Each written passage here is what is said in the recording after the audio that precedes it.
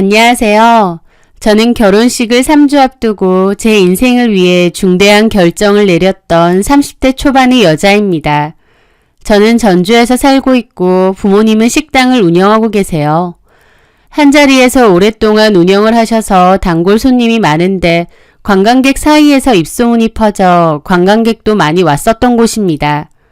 새벽부터 가게로 나가시는 엄마 아빠는 내 가족이 먹을 음식이라 생각하시며 반찬 하나하나 정성으로 만드세요.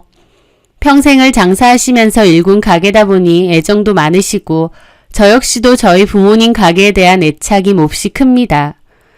저는 법무사 사무소에서 일을 했었는데요. 부모님은 저에게 원한다면 언제든지 가게일 배워서 물려받으라는 소리도 많이 하셨어요. 저도 음식하는 거 좋아하고 또 엄마 손맛 닮아서 곧잘 하는 편입니다. 그래서 저도 언젠가는 부모님의 식당을 물려받아야겠다 생각은 계속했었어요. 부모님 가게도 잘 되고 모든 것이 순조로워 보였는데 그맘때 가게 운영에 큰 문제가 생겼어요. 바로 코로나 때문이었죠. 전 세계를 초토화시켰던 코로나 팬데믹이 닥치면서 저희 가게에도 큰 위기가 생겼기 때문입니다. 한동안 영업시간 제한 및 거리두기로 자영업자들이 몹시 힘들 때가 있었는데 저희 부모님도 예외는 아니었습니다. 손님이 반토막 이상 확 줄었고 관광객 수도 많이 줄었다 보니 매출은 눈에 띄게 급감하게 되었죠. 1년이 지나고 2년째가 되니까 주변에서는 문을 닫는 가게들이 속출했었습니다. 저희 부모님도 그전까지는 모은 돈으로 월세 내고 여차저차 버티셨지만 2년째 되면서 많이 힘들어 하셨어요. 게다가 하필 그맘때 부모님의 여유자금이 더 없었던 이유가 코로나 터지기 전쯤 부모님 은퇴 후 지내실 요량으로 전망 좋은 아파트 한 채를 분양받으셨거든요. 부모님이 가지고 계신 돈을 거의 아파트 분양하는 데 쓰셨고 당장 들어가실 게 아니라서 저렴한 가격으로 전세를 주고 있었던 때였습니다. 그렇다 보니 가게를 유지하는데 더 힘들기도 했죠. 물론 안 좋은 일만 있었던 건 아닙니다. 그렇게 매매를 했었던 아파트가 코로나 기간 때 부동산 가격 상승으로 가격이 꽤 오르게 되었거든요. 대출 없이 3억 후반 정도의 매매를 하셨었는데 그 기간 동안 2억 넘게 올랐던 것이죠. 코로나 시국 탓에 장사는 크게 힘들어졌지만 부동산 쪽에서는 이익을 보신 거였습니다. 다만 은퇴 후 들어가시려고 준비해 두신 거라 그맘때 전세로 사는 사람들이 있었고 당장은 집을 팔거나 할 것도 아니어서 현금화하기는 어려웠지만요. 부모님은 그맘때 고민이 많으셨어요. 코로나 시국이 언제까지 지속될지도 모른다 보니 차라리 그 집을 정리해서 가게에 대한 세금을 메꿔야 되지 않을까 하신 거죠. 하지만 그렇게 하면 세금으로 나가는 돈도 크고 또 아파트 시세가 더 오른다는 얘기도 많아서 쉽사리 결정을 못하고 계셨습니다. 또 저희 부모님이 대출받는 건 싫어하셔서 최대한 안 받으려고 하셨지만 가게 운영 때문에 대출도 고민을 하고 계셨고요. 그래서 제가 모아놓은 돈으로 일단 가게 운영하실 때 쓰시라고 빌려드리게 되었습니다. 저는 그때 5천만 원 정도 모아둔 돈이 있었고 부모님께 필요하신데 일단 쓰시라고 한 거죠. 부모님은 고맙다고 상황이 조금 안정화되면 바로 돌려주신다고 약속했어요. 사실 제 입장에서도 여태까지 지켜온 부모님의 가게 문을 닫을 수도 없었고 자식된 도리로서 도움드릴 게 있으면 해드려야 했죠. 그런데 제 선택에 제 남친은 노발대발 난리가 났습니다. 저는 3년 정도 사귀었던 남자친구가 있었고 남자친구 나이가 저보다 5살이 많았어요. 만난 기간이 있다 보니 결혼 얘기도 오가고 있는 상황이었는데 제가 가지고 있는 돈을 부모님께 드렸다고 하니 남친은 그러면 우리 결혼 비용은 어떻게 되느냐고 성하더군요. 저는 남친이 이해가 되지 않았죠. 저희 부모님이 제 돈을 떼먹으실 분들도 아니고 정 안 되면 아파트를 팔아서라도 주신다고 하셨으니까요. 그런데 남친은 가족끼리 돈으로 얽혀서 좋을 것 없다고 부모 자식도 마찬가지라며 싫어하더군요. 사실 제 입장에선 결혼이 급한 것도 아니고 오히려 결혼은 나중에 하면 되고 당장 부모님을 도와드리는 게 먼저였거든요.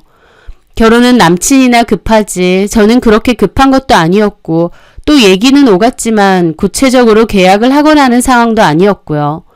그런데 저희 부모님은 그 사실을 아시고 저에게 미안해 하시면서 제안을 하셨어요. 새로 산 아파트에 지금 살고 있는 사람들 곧 전세 만료도 되니까 차라리 너네가 그 집에서 신혼살림을 시작하는 게 어떻겠느냐고요. 전세 비용 이런 거는 필요 없다고 하시면서요. 결혼 비용에서 어차피 집값이 제일 큰 비중을 차지하는 거니까 집만 해결되면 큰 문제는 없었습니다. 부모님이 당장 은퇴하실 것도 아니다 보니 일단 저희가 거기서 계속 살다가 나중에 들어오시게 되면 저희는 새 집을 구해서 나가면 되는 것이었죠. 저는 그 얘기를 남자친구에게 전했고 남자친구도 저희 부모님의 제안을 반가워하더라고요. 본인도 결혼할 때 집이 제일 큰 걱정이라 했는데 그게 해결됐으니 싫을 게 없었겠죠. 게다가 부모님이 새로 매매하신 집은 주변 인프라도 좋고 지어진 지 오래되지 않아서 아파트 조경이나 실내도 좋거든요. 실거주하기에 굉장히 좋은 곳이었죠. 그래서 그렇게 하기로 하고 결혼 준비를 본격적으로 시작하기로 했습니다. 그러다가 사회적 거리두기도 완화가 되면서 다시 부모님의 가게 상황은 조금씩 나아지기 시작했어요. 끊겼던 손님들이 다시 돌아오고 점차 부모님의 가게도 예전 같은 활기를 띠기 시작했습니다. 저희 부모님은 저한테 고맙다고 빌린 돈도 조금씩 갚아주셨습니다. 그렇게 반 이상을 돌려주셨을 때였어요.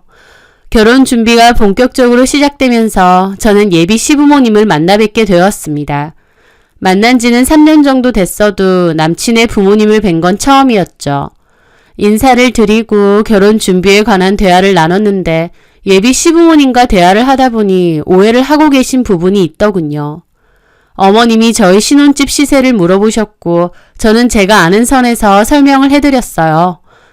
부모님이 3억 후반 정도의 매매를 하셨는데 값이 올라서 지금은 6억 정도 하는 걸로 안다고. 그런데 어머님이 고개를 끄덕이시더니 그럼 집 명의는 공동명의로 할 거지? 하시는 겁니다. 저는 그 말에 어리둥절했죠. 부모님이 저에게 주신 게 아니고 부모님 들어오시기 전까지 살라고 하신 건데 갑자기 명의를 공동명의로 할 거냐 하셔서요. 저는 어머님이 얘기를 제대로 못 들으셨나 보다 싶어서 웃으며 말씀드렸어요. 아니요. 그 집은 저희 부모님이 은퇴하고 사실 생각으로 사놓으신 아파트예요. 저희는 그 전까지 지내기로 한 거고요. 부모님 은퇴하시면 저희는 새 집 구해서 나갈 계획이에요. 그랬더니 어머님은 표정이 확 안 좋아지고 미간을 찌푸리시는 겁니다. 뭐라고? 부모님이 선영이한테 주신 게 아니야? 예. 아니, 내가 듣기론 부모님께서 선영이한테 돈도 많이 빌려가셨다고. 그래서 신혼집은 아예 해주신다고 한 걸로 알았는데. 다른 사람도 아니고 하나밖에 없는 딸이 결혼한다는데 그걸 주시는 것도 아니고 그냥 잠깐 살라고 하신 거라고? 라며 불쾌한 표정을 지으시는 겁니다. 저는 좀 황당했죠. 이미 저희 부모님이 저에게 갚은 돈도 반 이상 넘었고 또 아무리 제가 딸이라고 해도 그 집을 저한테 꼭 주셔야 될 이유도 없잖아요. 집과 별개로 결혼자금은 조금 도와주시기로 했거든요. 그거면 충분하지 왜 당연히 집을 주신다고 생각한 건지 좀 황당하더라고요. 남친이 도대체 어머님께 어떻게 말씀을 드린 건가 싶기도 했는데 어머님이 그러시더군요. 우리 영호가 신혼집에 들어가는 혼수도 다 하고 결혼 비용도 좀 더 낸다고 들었는데 그러면 당연히 그 집은 공동명의로 하는 게 맞다고 생각했거든. 근데 선영이 얘기를 들으니 좀 황당하네. 라고 하셨어요. 솔직히 남친이 혼수하고 결혼 비용 낸다고 해봤자 2천만 원 정도입니다. 저도 부모님께 돈을 일부 돌려받은 데다 결혼 자금도 좀 도와주신다고 했기 때문에 추가적으로 필요한 돈은 제가 내려고 했고요. 그런데 남친이 혼수하고 결혼 비용 좀 더 낸다고 당연히 공동명의 얘기를 하시는데 저는 너무 황당하더라고요. 막말로 그 정도 집 전세를 구하려고 해도 돈이 얼만데요. 하지만 남친은 그 자리에서 자기 엄마에게 적극적으로 해명하거나 설명하려 하지 않고 그냥 당황스러운 표정만 짓고 있었습니다. 저는 그 모습이 더 황당했죠. 어쨌든 여차저차 그렇게 첫 만남은 끝이 났고 저는 찝찝한 기분으로 집으로 돌아왔습니다. 남친은 연락이 와서 자기가 제대로 설명을 못했다느니 미안하다느니 그러는데 그 자리에서는 아무 소리 안 하고 있다가 뒤늦게 제 기분 풀어준답시고 미안하다 어쩐다 하는 게 못 믿었더라고요. 저는 남친에게 말했습니다. 어머님께 확실하게 말씀드려 달라고요. 그 집은 우리 부모님이 은퇴 후 사실 곳이고 노후 대책 같은 곳이다. 내가 딸이든 말든 내 명의로 할 이유가 없다. 우리는 그냥 거기에 당분간 사는 거다. 우리 부모님이 당장 은퇴하실 것도 아니고 최소 10년은 더 가게 하실 수 있는데 그 기간 동안 우리는 전세금도 없이 그냥 사는 거니까 아쉬울 건 없지 않느냐라고요. 그리고 만에 하나 우리가 그 집을 사게 되더라도 나는 시세에 맞춰서 제값 치르고 사지 자식이라고 무조건 달라고는 안 한다 라고도 덧붙였습니다. 남친도 알겠다고는 했지만 석연치 않은 부분이 많았고 저도 고민이 많이 들었어요. 남친이 이런 얘기를 몰랐던 것도 아니고 충분히 알아듣게 말했었는데도 자기 부모님께는 저런 식으로 말했다는 게 이해가 되지 않았고요. 또 어머님도 무슨 맡겨놓은 집 달라고 하는 것처럼 당당하게 집 명의 공동명의 해달라고 하시는 게 황당하기도 했습니다. 그런데 그 뒤에 어머님이 저에게 따로 전화를 하셨어요. 그러면서 저를 대놓고 깎아내리시더라고요. 솔직히 제 조건 들었을 때 결혼 반대하고 싶었답니다. 남친은 그래도 나름 큰 회사에 다니고 있는데 저는 작은 법무사에서 고작 사무일하고 있지 않느냐고요. 어머님 하시는 말씀이 레벨이 차이나지 않느냐 하시는 겁니다. 어머님은 그럼에도 제가 집 해온다고 해서 우리도 받아들인 건데 이제 와서 보니 그것도 아니지 않느냐고 하시면서 저보고 어디 한번 생각해 보랍니다. 제가 어디 가서 자기 아들 같은 남자랑 결혼을 하겠냐고요. 그리고 저희 부모님께 얘기 잘 해보랍니다. 만약 그렇게 안 하면 결혼한다 해도 자기들이 저를 별로 좋게 안 볼 거고 그러면 결혼 생활에 있어서 피차 안 좋지 않겠느냐고요. 아예 대놓고 공동명의 안 해주면 시집살이 시킬 거라고 경고를 하시더군요.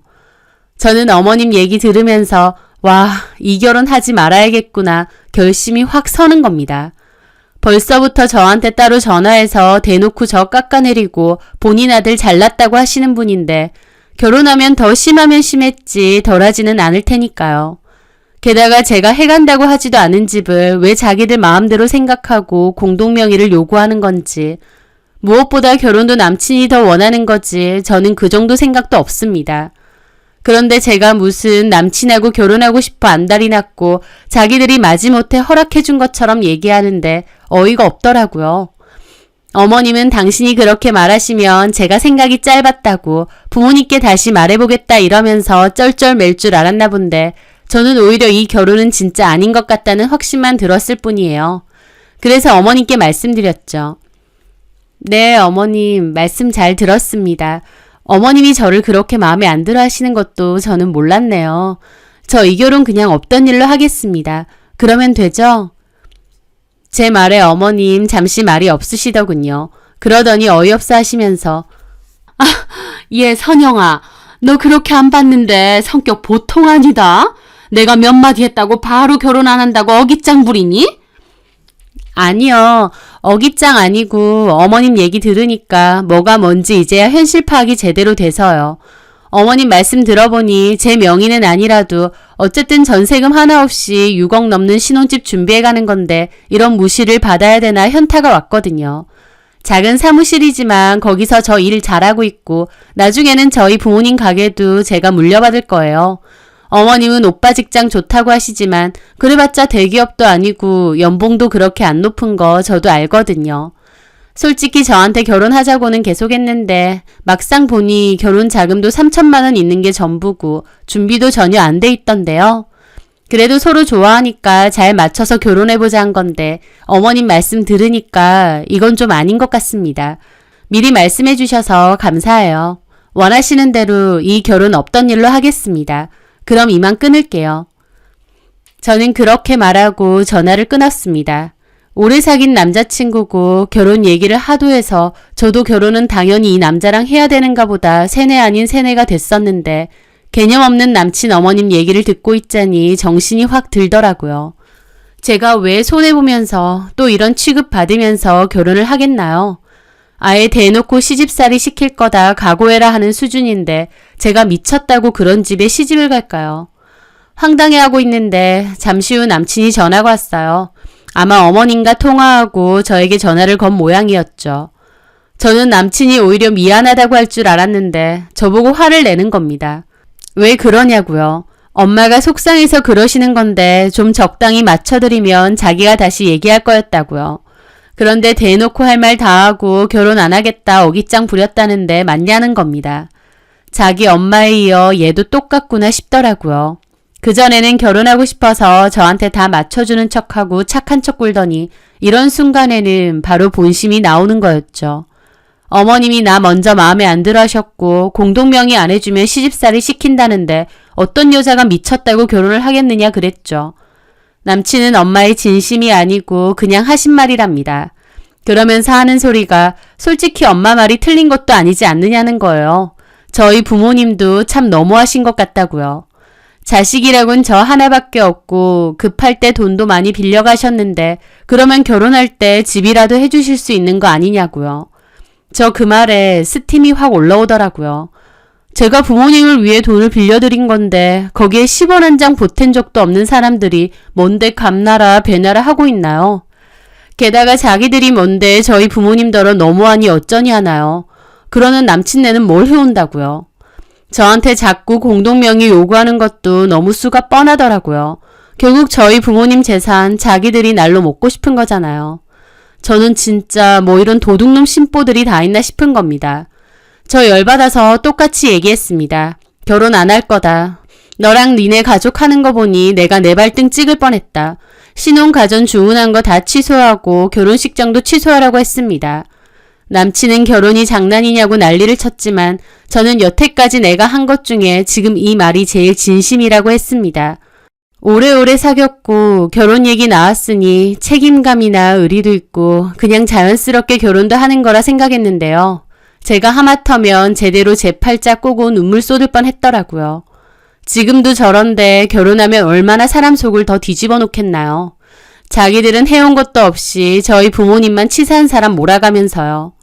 게다가 저희 부모님 재산을 자기들 것 마냥 행세까지 하면서 말이죠. 차라리 결혼 전에 저렇게 티를 내준 게 고마울 지경이었습니다. 저는 남친이 안 할 것 같아서 제가 나서서 예약해둔 거 다 취소했어요. 남친은 뒤늦게 자기가 잘못했다, 엄마도 잘못 생각하신 거다, 이러지 말자고 저를 붙잡았지만 저는 단칼에 잘라냈습니다. 그렇게 한 차례 소란 끝에 결국 파혼을 했어요. 결혼을 얼마 안 놔두고 파혼을 한 거라 친척들 지인들 사이에선 제 얘기가 시끌했지만 그것도 오래가지는 않더라고요. 남들 눈 무서워서 지옥길 들어가고 싶지도 않았고 남들 떠들어대는 얘기 그렇게 신경 쓰이지도 않았고요. 그 후 저는 법무사 사무실은 그만두고 부모님 가게에서 일을 하고 있습니다. 부모님도 그렇게 하시길 원하고 저도 언젠가는 제가 할 생각이 있었기에 본격적으로 시작해보자 한 거죠. 회사 다닐 때보다 더 힘든 것도 있고 좋은 것도 있는데 부모님이 평생 정성으로 일궈온 가게다 보니 그 노력에 누가 되지 않게 열심히 해볼 생각입니다. 명의는 아니더라도 6억 넘는 신혼집 해가면서 공동명의 안 해줬다고 별의별 소리 다 들었던 지난 결혼 준비를 생각하면 당분간은 결혼은 생각도 하고 싶지 않네요. 그저 지금 하는 일 열심히 하고 부모님과 좋은 시간 많이 보내야겠습니다. 제 사연 들어주셔서 감사합니다.